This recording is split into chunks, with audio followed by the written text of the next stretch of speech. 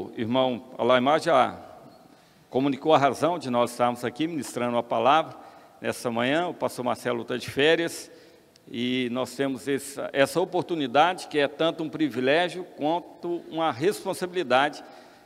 E eu estava falando com o irmão Jorge que eu nunca sei o tamanho, de verdade, qual que é maior, o privilégio ou a responsabilidade. Eu acho que está no pé de igualdade aí.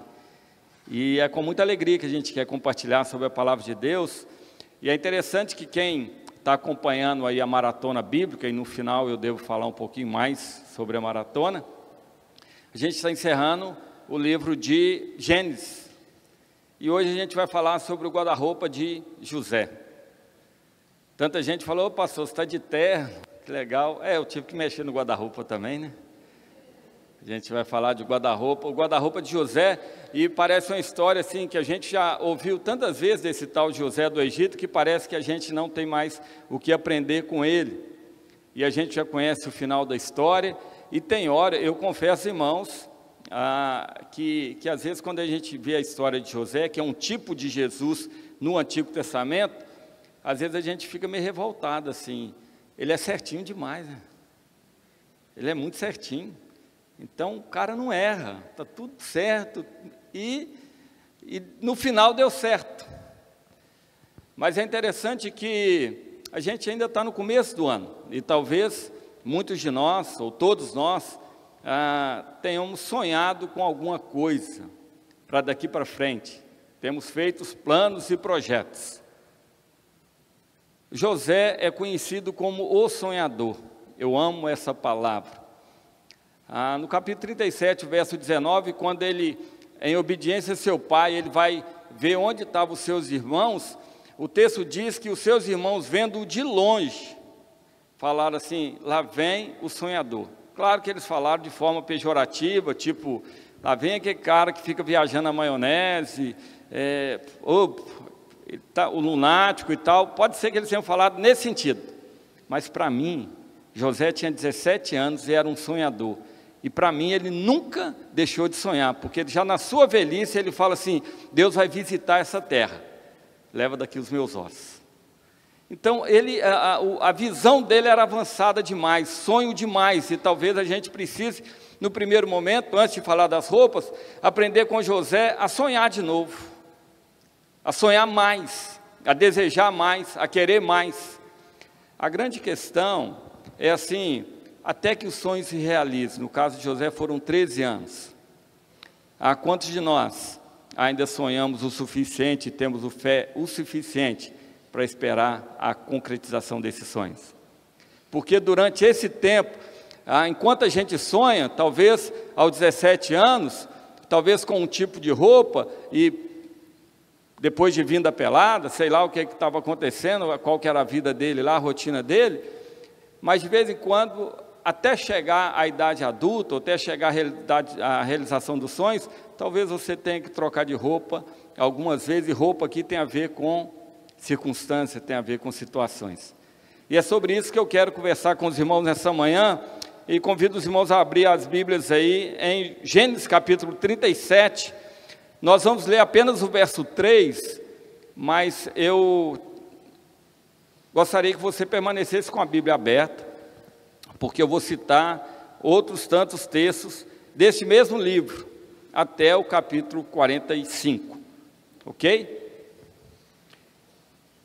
Gênesis, eu imagino que não é um livro difícil de se encontrar, né? Então eu imagino que todo mundo já achou, beleza?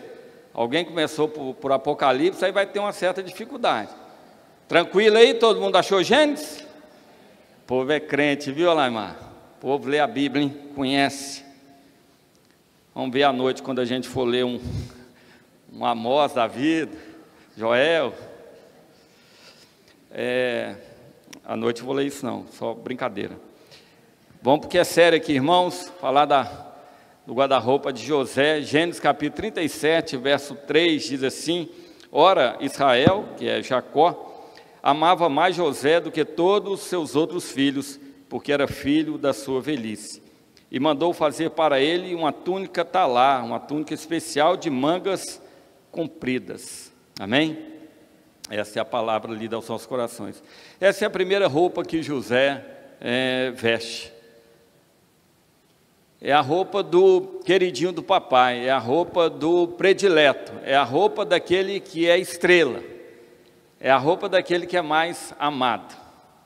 Não sei, numa casa aqui de vários irmãos, se alguém já sentiu que o outro é mais amado, e que o outro é mais querido, que a primeira fatia do bolo é para ele, a sobremesa, o primeiro presente. No aniversário dele a festa é maior, não precisa levantar a mão não, mas quantos aqui já receberam essa roupa especial de filhinho do papai, de predileto, de mais amado? Às vezes até o filho único recebe uma roupa tão predileta, tão de destaque, que ele passa a ser prioridade na casa, em detrimento a todos os outros membros da família, o esposo, a esposa ou algum outro parente. E de repente a gente vai selecionando algumas pessoas como alvo do nosso amor, e a gente justifica isso, a gente dá um motivo para isso. O texto diz porque José era filho da sua velhice, mas Benjamim também.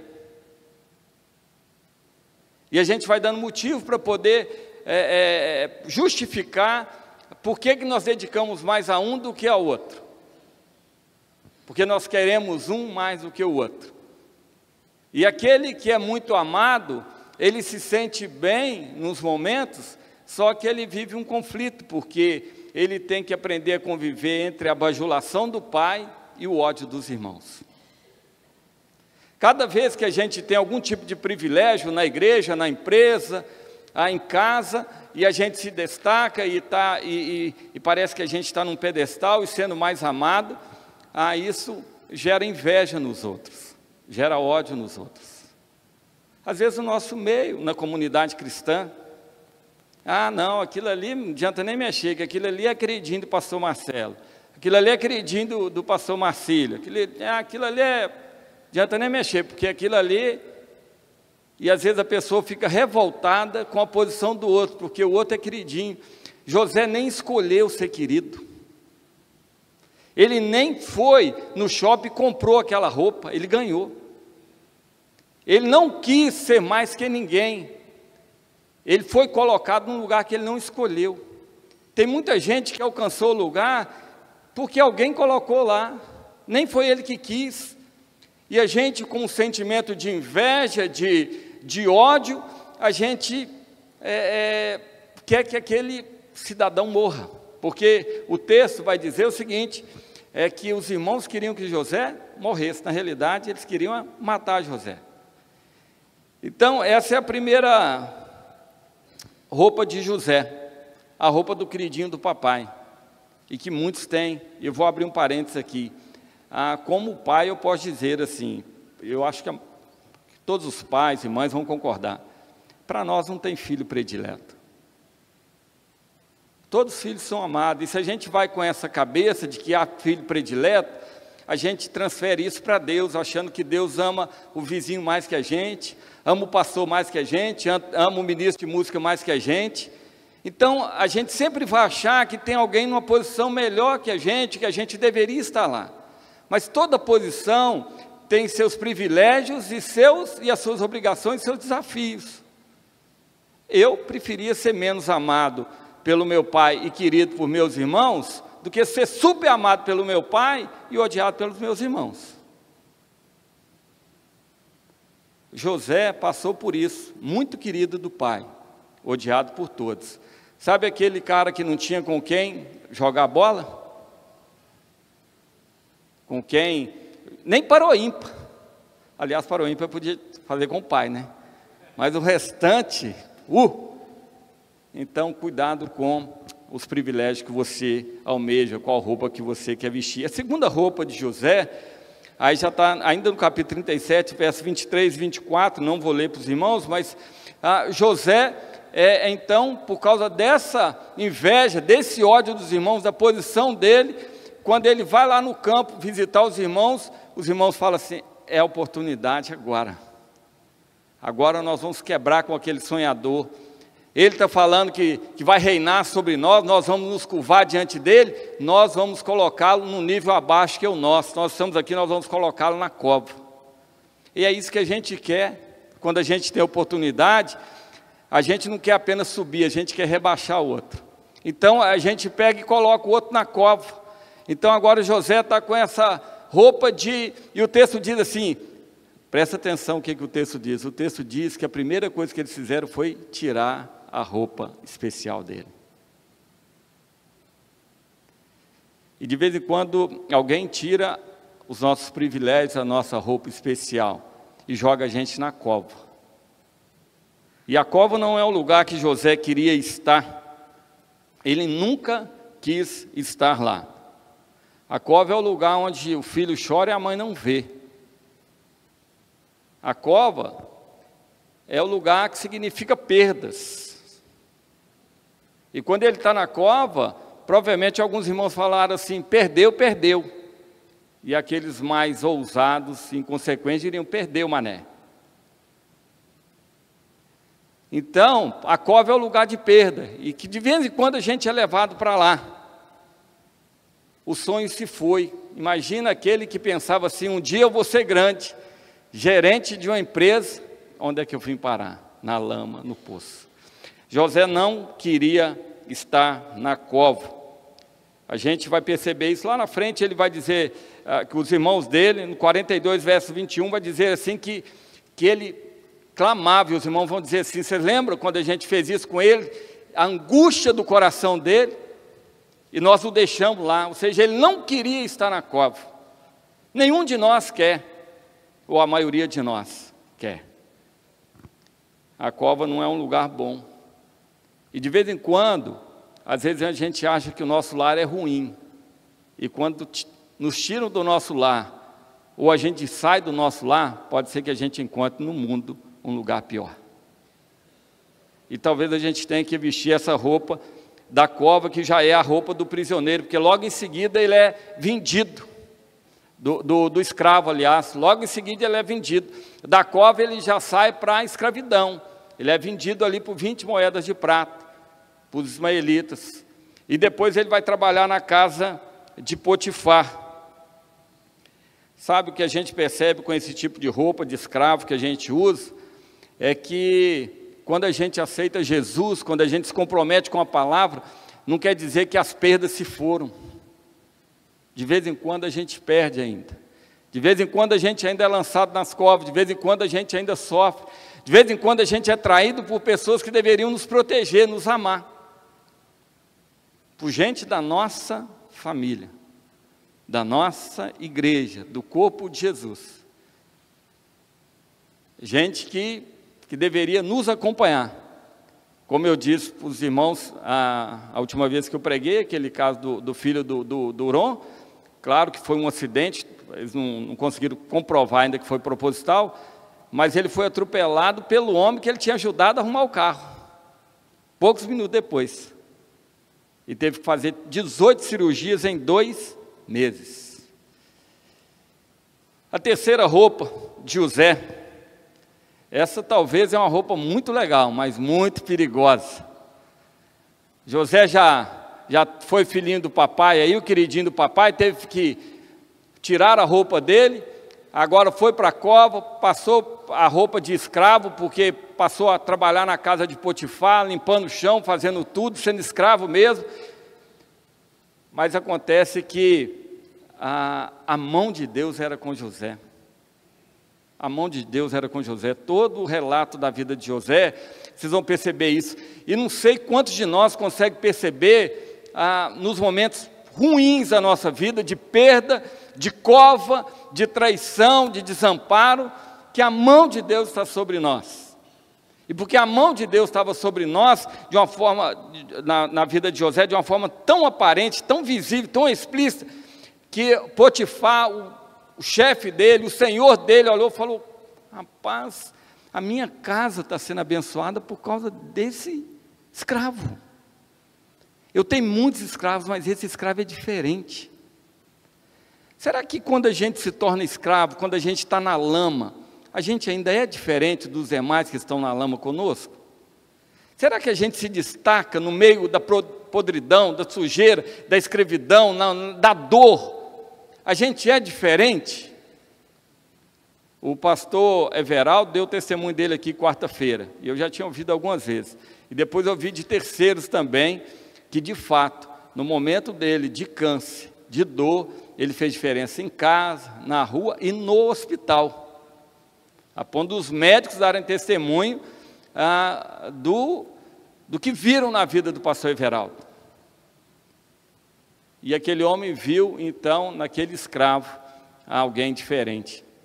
Alguém que a mão de Deus estava sobre ele. Aí dá uma roupa nova para ele e fala: meu amigo, vem para cá. Você não vai ser zelador mais, você vai ser agora o gerente aqui da casa, o mordomo mor. Promoveu José. E José agora então tem uma roupa, agora a roupa da promoção, da ascensão. E José está bem demais. Então agora ele já não frequenta a academia que tinha só 3 aparelhos, André. Agora ele vai na top, onde a elite vai. Agora ele está com o smartphone do ano. Pensa José chegando em casa com a BMW, está de boa. Ele é o gerente geral. O texto diz que não tinha nada que aquele homem cuidava mais. José cuidava de todas as coisas. O capítulo 39, verso 7, vai dizer que José era bonito, se tornou ainda mais atraente, mais forte, a ponto da mulher de Potifar, a Potifera, esse é o nome que eu dei. Ela olha para José e fala: cara, nossa, aquele sapo virou príncipe. E o texto diz que ela começa a cobiçar José e querer José. E fala: deite-se comigo. O texto diz que todos os dias ela fazia isso. Todos os dias. Tem uma música que a gente cantava, não sei se ainda continua cantando, mas o título é Eu Escolho Deus, que fala que todo dia o pecado vem e me chama.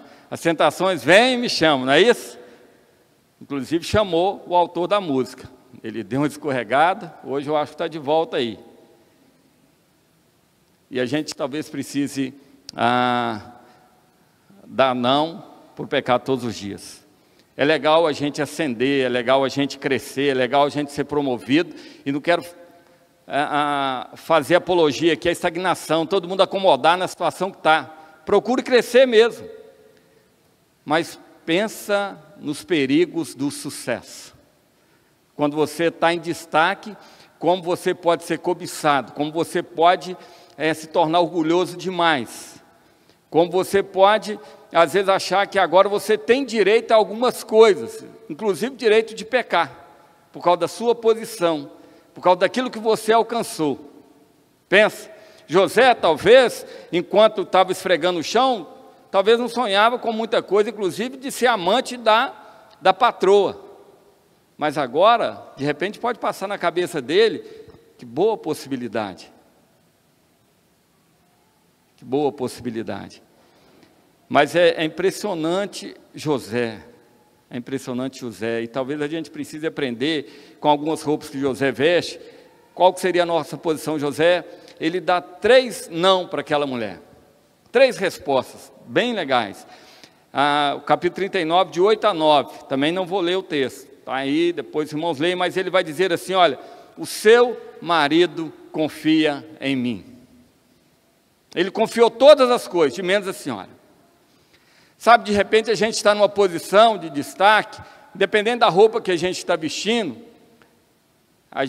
porque a gente comete pecado, a gente trai a confiança de gente que confiava na gente que esperava em nós. O nosso pecado, ele magoa pessoas que não têm nada a ver com o nosso pecado. Ele destrói outras vidas. Uma traição, um desejo que você atende de um adultério, de repente você destrói o seu casamento e do outro, e a vida dos filhos que estão envolvidos, de parentes e amigos, e de repente você detona uma família gigante, por causa de um desejo que você não conseguiu resistir. Porque você se sentiu no direito, na oportunidade de atender o desejo do seu coração. Ele diz assim: olha, seu marido confia em mim. Tem pessoas que confiam em mim. Eu queria estar aí deitado com a senhora. Eu queria estar aí. Eu estou carente, eu preciso disso. Mas tem gente que confia em mim. Por causa da confiança que outras pessoas têm em mim, eu não vou fazer isso. Eu não vou sonegar. Eu não vou trair ninguém. Eu não vou mentir. Eu não vou cometer uma calúnia. Eu não vou fazer isso, porque tem gente que confia em mim. O seu marido confia em mim. A segunda resposta, ele diz assim: olha, a senhora é esposa dele e não minha. Isso é muito legal. Estava claro isso, né? Não dá nem falar, mas ele fala: a senhora é esposa dele e não minha. Ele está dizendo assim: você não me pertence, pertence a ele. Trocando, atualizando aqui para os dias de hoje. Ele está dizendo assim: o mundo oferece muitos prazeres. Alguns são legítimos, outros não. Tem coisa que é boa demais, que é legal demais. Ah, que bom que eu vou fazer isso. E deve fazer mesmo. Mas você tem que ver se você não está ultrapassando nenhuma fronteira daquilo que é legítimo, daquilo que não é. Daquilo que não te pertence, daquilo que pertence ao outro. Então, ele fala assim: você não me pertence, pertence ao seu esposo. Pertence ao seu esposo. A terceira resposta dele, ele diz assim: eu não posso pecar contra o meu Deus. A consciência de José é fantástica. Ele está dizendo assim, é como se ele falasse assim: eu queria agradar meu coração, mas tem alguém que olha por mim e não dá. E na realidade, irmãos, todo pecado que a gente comete contra o outro, primeiramente, e em último caso, a gente está cometendo também contra Deus. Então ele fala assim: não vai rolar, não vou fazer isso, não vou fazer isso. José, ele é tão fantástico porque ele não está preocupado com a reputação dele, porque de fato a reputação dele foi para a lama, porque ele foi acusado pelaquela mulher de assédio, de tudo mais, e ele foi processado, e o patrão dele coloca ele na prisão. A reputação dele é que é José que estava bem, e agora você não vê ele mais na academia, não vê ele passeando de BMW, não vê ele nas ruas, porque agora ele está na prisão. A reputação dele foi para o espaço. Melhor, espaço não, é para a lama mesmo. Desceu, sujou. Mas o caráter dele não foi tocado. Quantos de nós, a nossa reputação está lá em cima, todo mundo achando que a gente está top, nosso caráter está quebrado. Nós, por dentro, não somos nada. Diante de Deus, nada. Pecadores, atendendo só o desejo do nosso coração. E de repente, por causa da sua reputação tão legal, você vai zerinho para o inferno. Porque o seu caráter está manchado. Por causa dos desejos do seu coração, por causa das fronteiras que você atravessou, por causa do pecado que você fez. E que atingiu você e mais um tanto de gente. Daquela coisa que você achava assim: não é um pecadão. Todo pecado é pecado. Tudo que transgride a vontade boa de Deus, o caráter de Deus, a santidade de Deus, tudo aquilo que eu faço sem amor ao próprio, quer ser uma bebidinha só, e que eu percebo que alguém vai se escandalizar com aquilo, pode se tornar um viciado e eu não abro mão daquilo, pode ser uma balada, pode ser uma música porcaria que às vezes a galera ouve, e que às vezes a gente acha que tem nada a ver e que está afetando um tanto de gente. Pode ser isso, que a gente acha que a nossa reputação está de boa, porque a gente está bem com a galera, e o nosso caráter está na lama, e isso pode quebrar com a gente. José continua trocando de roupa. O da roupa dele é farta, hein? Está melhor que o meu. A quarta roupa de José, e a gente está caminhando para o final. Verso 39, capítulo 39, 20 e 22, José, ele vai então para a prisão. Então agora, ele já não tem a roupa da ascensão. De novo, ele pede aquela roupa bonitinha, a roupa de domingo, e agora ele assume então a roupa de prisioneiro. Mas mesmo assim ele tem a alma livre, mesmo em meio às grades. José, como o texto vai dizer no capítulo 39, verso 21, de novo a mão de Deus estava sobre José. Então, fez com que ele achasse graça aos olhos do comandante lá do presídio. Então José ficou no alto patamar lá. Ele era basicamente o Fernandinho Beiramar do Egito, ele mandava. Então, ele deu ordem e acabou, ninguém mais, só que ele era do bem, né? Então, e foi para lá também por causa de uma calúnia, foi injustiçado, é outro contexto, mas estão entendendo, né? Ele mandava lá um pedaço. José estava ali por tudo que a gente já narrou aqui, e ele não queria ficar na prisão. O capítulo 40, verso 14, a parte B, vai dizer assim que ele fala com o copeiro, depois ele fala assim, olha, quando você estiver diante de Faraó, depois que o sonho se realizar, que você estiver numa boa, lembra de mim, para Faraó me tirar desse lugar. José não queria estar na prisão. Tem muita gente que não quer sair. Está numa prisão e gosta de ficar ali. Eu vou tentar contar uma história aqui, que muita gente não entende, e eu não sei porque que eu insisto em contar, mas eu vou contar. Um senhor, ele foi abastecer num posto de gasolina, e ele vai lá, abastece uma vez, e quando ele volta, um posto mais isolado assim, depois ele volta outro dia, e ele percebe que de novo, tinha um cachorro naquele canto lá, chorando, sabe quando fica assim, sabe naquela amúria toda? E ele pergunta para o frentista, já um senhor de idade, fala assim, rapaz, segunda vez que eu venho abastecer aqui, da primeira vez já fiquei incomodado, aquele cachorro naquela situação ali, ninguém faz nada por ele, de novo ele está assim, por que ele está chorando? E o frentista fala assim, não, é porque ele está deitado numa tábua e que tem um prego que acaba incomodando ele. Aí o cara falou, mas então por que ele não sai de lá? Aí o frentista fala assim, porque o prego não incomodou o suficiente para ele poder sair daquele lugar. Tem gente que está numa situação tão acomodada, fica lamentando a vida toda, murmurando a vida toda, deitado sobre prego, só chorando, só lamentando, mas nunca sai daquela posição. Tem gente que acostuma com prisões da mente, do coração, da alma, acostuma com as grades. E Deus está chamando a gente para a liberdade. José estava lá, trancafiado lá, mas o coração dele, a alma dele só via lá fora, tudo dele era para fora, a alma dele nunca esteve presa. Tem gente que pode vir e ir, mas o coração está preso, está amargurado. Está livre do ponto de vista civil, humano, mas é prisioneiro talvez dos próprios pecados, dos erros. De repente eu não sei qual roupa você tem usado.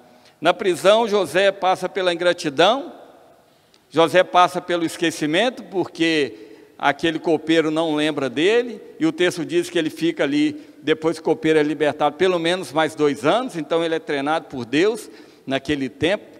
Você já esteve numa situação assim, que você foi esquecido? Esqueceram de mim? Parte 3, 4. Você já foi deixado para trás? Você já fez bondade para alguém e alguém não se lembrou de você? Como é que você reagiu a isso?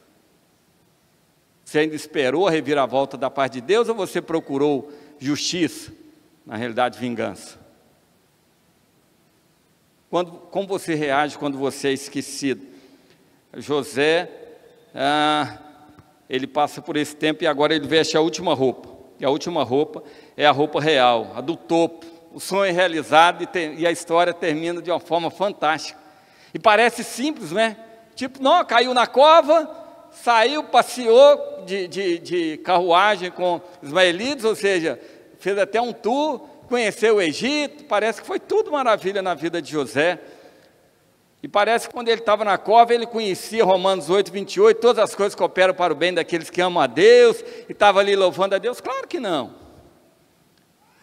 Mas ele tinha esperança no seu coração, e 13 anos depois, então ele tem uma roupa agora, a roupa do topo, o sonho realizado, e de repente ele tem, nesse dia da virada, o dia que Deus realiza sonhos antigos, o dia que Deus atende o desejo do seu coração, de repente gera uma crise em você, talvez uma crise de identidade. José, agora ele não tem só a mão de Deus sobre a vida dele, ele tem a mão de Faraó também sobre a vida dele. E o texto, 41, verso 44, fala que ele recebe então uma roupa especial, uma roupa igual à de Faraó, ele recebe o anel de Faraó, ele recebe a corrente de ouro de Faraó. Olha que coisa linda, ele recebe tudo de Faraó, e José recebe um novo nome também, Safenate-Paneia, e recebe também uma esposa do Egito. Então ele recebe roupa, adornos, novo nome, mulher do Egito, e quando ele tem filhos, ele dá um nome assim, de Manassés, que significa Deus me fez esquecer de todo o meu sofrimento e da casa dos meus pais, tipo, Deus redimiu o meu passado, Deus apagou com tudo aquilo que estava me ferindo até hoje. Deus restaurou a minha vida. Mas não somente isso, ele tem um segundo filho, que é Efraim, que diz assim, Deus me fez prosperar na terra onde eu tenho sofrido, ou seja, a vida de José não foi fácil no Egito. Mas ele está dizendo assim, Deus me fez esquecer daquilo lá e me fez prosperar aqui. José conseguiu essas coisas. Sabe qual que é o drama? É que agora José, ele é hebreu, mas ele tem tudo do Egito. Parece que o José hebreu morreu e surgiu um novo José. De repente José não sabe mais se ele é um homem de Deus ou homem de Faraó. Se ele é um homem hebreu ou agora um homem de negócio, um grande empresário. De repente a gente se perde a identidade exatamente quando Deus realiza os nossos sonhos. Quando Deus cumpre o propósito dele para a nossa vida, a gente confunde as coisas e acha que aquilo é tudo para a gente. Então agora eu consegui um tanto de coisa e eu vou desfrutar. Então agora eu vou fazer tudo o que eu sonhei. E a gente se perde. Eu fui pregar numa igreja no interior do estado e procurei por uma família. Falei, cadê a família X? Pastor, eles já tinham recurso, já tinham uma grana, ganharam mais ainda e afastaram da igreja. Quantas vezes a prosperidade levou a gente para longe daquilo que foi a causa da nossa prosperidade?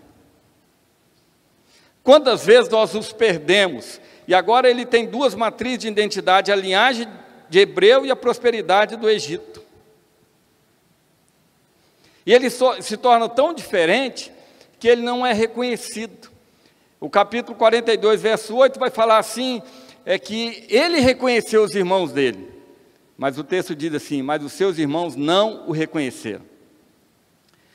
Nesse tempo de vida cristã, quantos irmãos já sentaram do seu lado aí, e que hoje você passa por eles, não reconhece mais, de tão transfigurado que eles estão. Tanto tempo, tão longe, e você não os reconhece mais.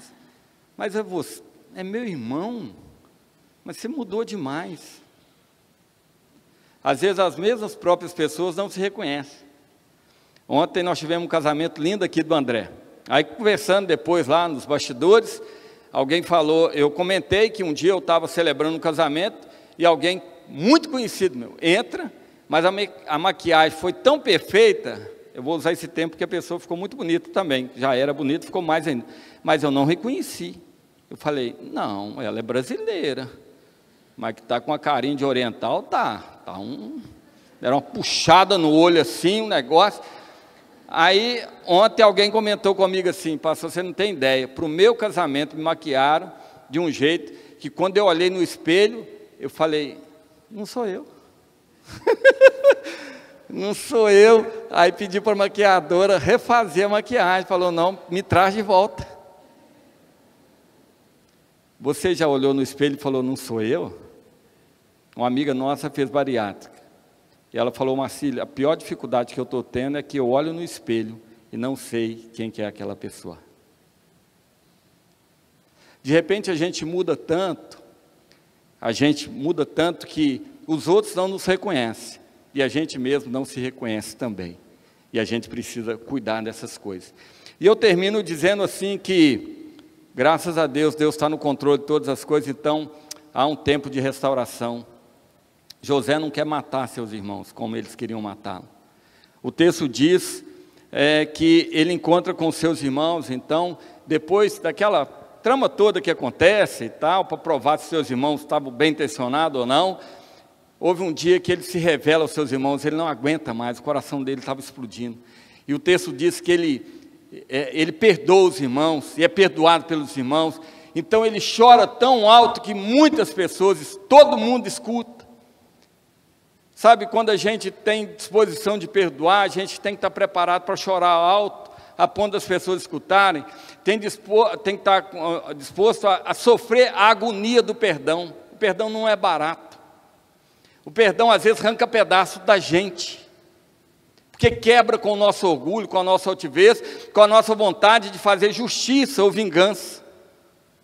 E de repente tem que ter uma disposição no nosso coração, de rasgar o nosso coração e chorar com aqueles que nos magoaram, que nos ofenderam, por uma consciência simples de que Deus está dirigindo a história, e Deus permitiu que tudo aquilo acontecesse.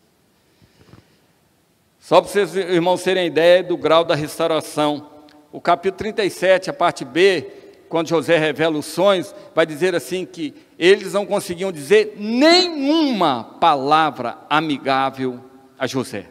Nenhuma palavra amigável a José. Só que aqui, depois que ele tem esse tempo de restauração, aí o texto vai dizer assim que agora ele beija os seus irmãos e eles podem conversar com ele à vontade. Já perceberam isso em família? Que às vezes a gente não conversa com algum irmão, não conversa com algum parente. De vez em quando, toda a nossa família precisa ser redimida. Precisa que algum José apareça para redimir a nossa família. Talvez nós precisamos ser o José que vai redimir a nossa família e trazer então restauração e paz. E eu termino citando dois textos. O primeiro é o capítulo 105 de Salmos, que diz assim, só para vocês terem ideia como Deus está no controle de todas as coisas. Mandou vir uma fome sobre a terra de Canaã e cortou a provisão de alimento. Então enviou o homem adiante deles, José, que foi vendido como escravo. Feriram seus pés com correntes e com ferros prenderam seu pescoço. O Senhor pôs José à prova até chegar a hora de cumprir a sua palavra.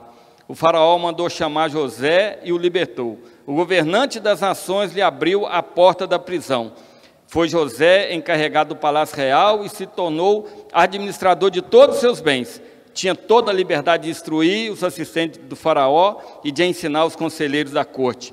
Jeremias 29, verso 11, porque sou eu que conheço os planos que tenho para vocês, diz o Senhor, planos de fazê-lo prosperar e não lhes causar dano, planos de dar-lhes esperança e um futuro. Amém? José passou pelo treinamento. A grande questão é assim, você está preparado para as oportunidades que Deus vai te conceder? Submeteu à vontade dele o suficiente para passar pela cova, pela prisão, pela casa de Potifar, tudo com altivez, com alegria, com esperança, com fé, temendo aos homens e temendo a Deus? Eu acho que está disponível um vídeo aí, a gente vai encerrar com esse vídeo, que é uma canção que para mim é uma animação, um videozinho de boa, é bobinho, mas a letra é fantástica. Eu queria que vocês meditassem na letra dessa canção e espero que seja a oração de cada um de nós nessa manhã. Tá? E depois eu vou dar um recadinho só e a gente finaliza o culto dessa manhã.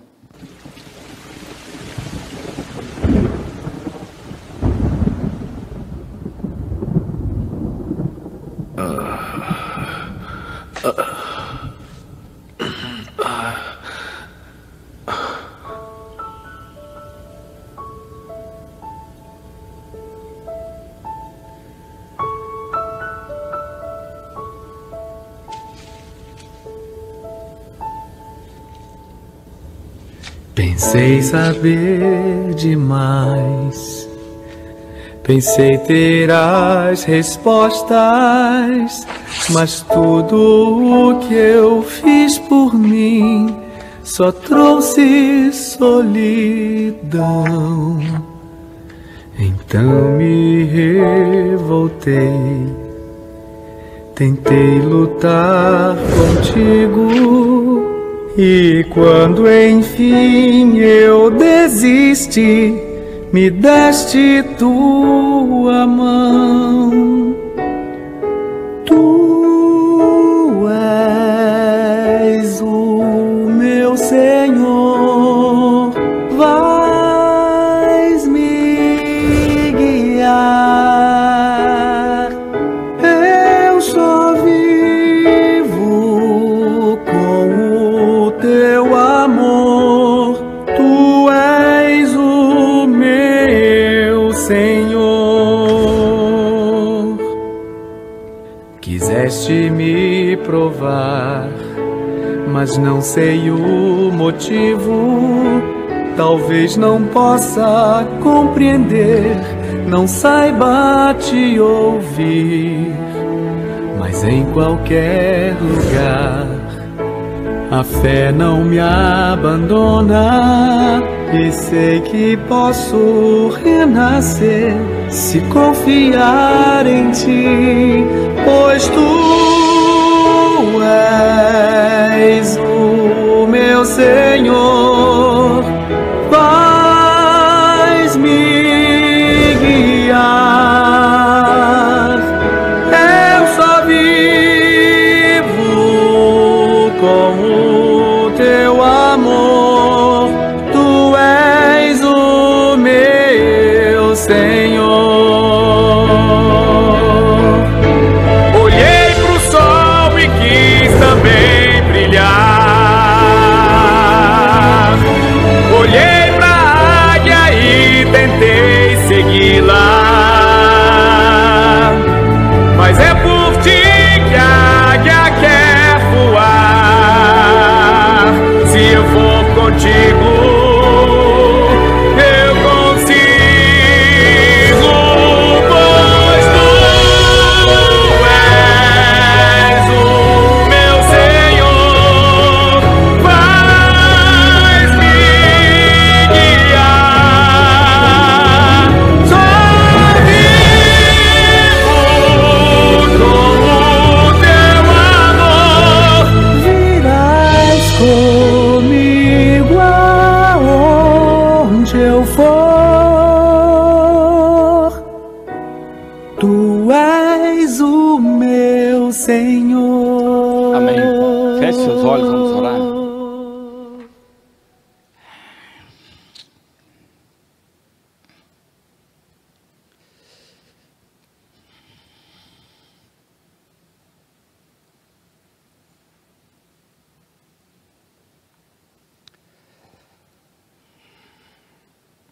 Deus, obrigado, Pai. A gente se perde porque a gente não confia no Senhor o suficiente, não permite que o Senhor seja o nosso Senhor. Nós queremos apenas um Salvador, alguém que tire a gente de algumas situações ruins. Mas faz toda a diferença quando o Senhor é o nosso Senhor de fato. O Senhor nos guia, o Senhor nos acompanha, o Senhor tem planos e projetos para cada um de nós e sempre são melhores que os nossos. E no final, todas as coisas cooperam para o bem daqueles que amam o Senhor. O Senhor não apenas dá a direção, mas o Senhor está conosco, o Senhor é conosco. Emanuel é o seu nome. Deus, tenha misericórdia de cada um de nós. Toda vez que a gente tenta lutar e fazer as coisas do nosso jeito, dá ruim. Nos ajude, Deus, em toda e qualquer situação que a gente vive. Isso para alegria nossa e para a glória do Teu nome. Nós oramos assim no nome de Jesus. Amém.